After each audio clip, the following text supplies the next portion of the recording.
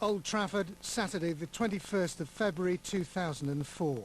For a few poignant moments, fierce traditional rivalries are set aside.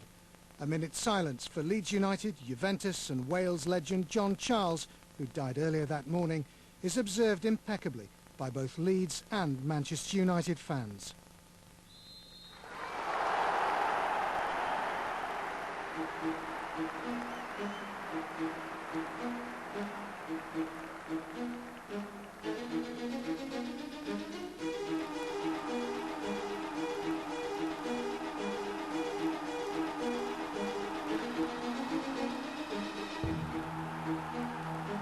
If you pick the best team in the world, who would you pick? I said John Charles, centre-half, or John Charles, centre-forward. Take your pick. He was the greatest player I have ever seen. John was a real top liner. For me as a young lad, obviously it's a pleasure to meet such a great player. Everybody loved him. Everybody loved him.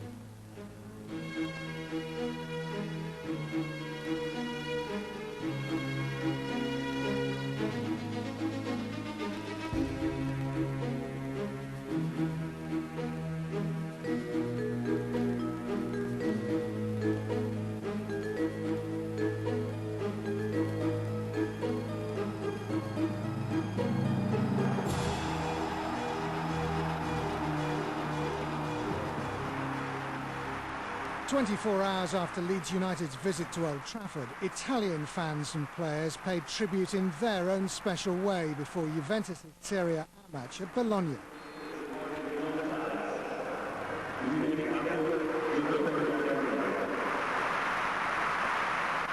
In Italy, John Charles is still regarded, and not just by Juve supporters, as one of the country's most popular and successful footballing imports.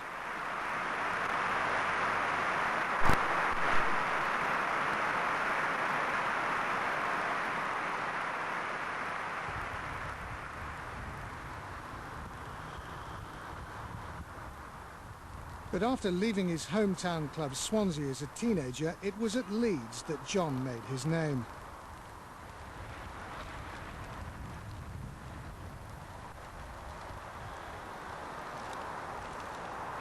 In his final television interview with commentator and friend John Helm, he looked back at his life and career.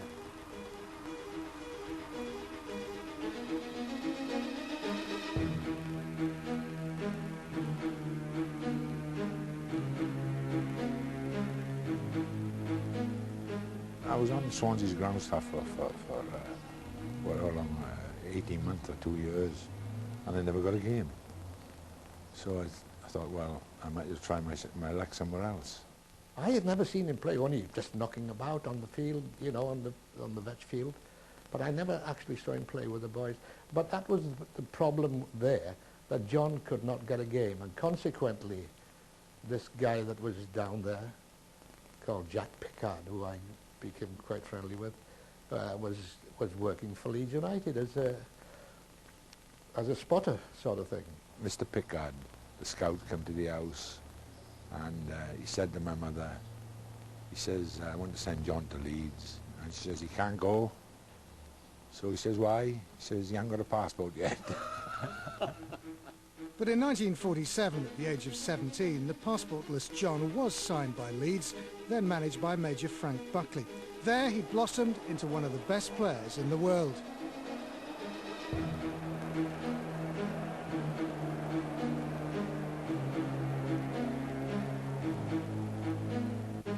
In the early 50s, I made a trip from my home in Baildon because I'd heard about this legend called John Charles.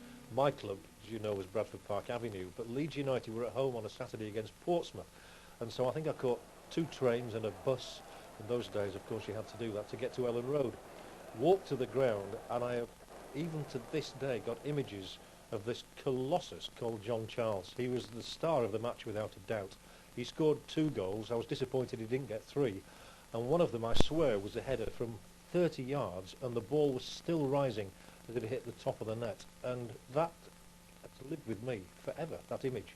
He was an instantaneous genius. You couldn't describe John Charles anything else other than saying there's a ready-made footballer there, does everything with perfection. Everything. His running movements were phenomenal. He could run at a 45 degree. He was just incredible. He was a magnificent centre-half, but of course a superb centre-forward when Leeds suddenly had the brainwave of playing him there. And he just got goal after goal, and when they were promoted in the mid-50s, late 50s, he went on scoring just as heavily in the top division. Which did you prefer? Because we know you were picked for a World 11 at both centre-half and centre-forward, which is extraordinary. The best place to play, John, I think, is centre-forward. You know what they say, that you play centre-half, you can kick 6 balls off the line and you never get a mention. But you score a winning goal, you know, and everybody, all the papers are full of you. John's move forward left a place at the back for a young Jack Charlton, whose time at Elland Road spanned both the Charles and Don Revie eras. He was the best set of a ball I ever saw. He used to hang on top of people and he'd put his chest on their shoulders and he always, eyes were always open, and he could always, I've got a photograph at home with the ball there on John and his eyes are wide open in the ball. When I speak to Big Jack about the greatest players that have played, and I'm a big fan of Jack's brother, because I think Bobby Charlton's as good as any player I've seen. But Big Jack says, you know, he knows his brother was some player, but he says Big John was the best. John was 90% of the team. I mean, he scored the goals, he defended the goals. He was an enormously star. He was a star. Were you aware of being a star, of being a bit different to everybody else? Not really, no. No. I was just one of the team, that's all. And I liked it that way. I once said to him, I'm not certain, John, who was the best header of the ball, you or Lawton. He said, have a bet on me. Whenever John was in the heading position, he was always at the far post. Always. And he always knocked it back where it came from. And he hit this ball with his head, which went into the far post. And I was talking to myself and I said, I can't believe it. I just cannot believe this. It was like somebody firing a rifle. And this was coming off his head. And I remember they had a right winger called Meek, and he got down the line and he crossed this ball. I can remember it was hanging in the air, and I jumped up to head this ball, and I headed John Charles's chest. I could tell you lots of stories about John. I mean, I remember playing when I got established in the first team and John was centre forward, and I remember saying to him one day, on a corner kick, you know, he came back to defend and I said, we don't need you, we got everything's all right, you go back up there. And he went, don't you talk to me like that. And he's coming, having a greet, and I went, fuck off, you know. And after in the dressing room, after the game was finished, he came up to me and he got a hold of me by the, pushed me against, you know, we sat on my seat, and he pushed me against the wall. He said, don't you ever speak to me like that again. Certainly not, John. Certainly not. A tally of 154 goals in 316 games for Leeds aroused the interest of Italian giants Juventus, who took him to Turin for a world record fee of £65,000.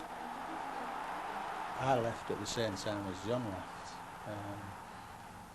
And the sort of story at the time was that John Charles had gone to Juventus and all us guys had gone to Juventus, which were probably near the truth.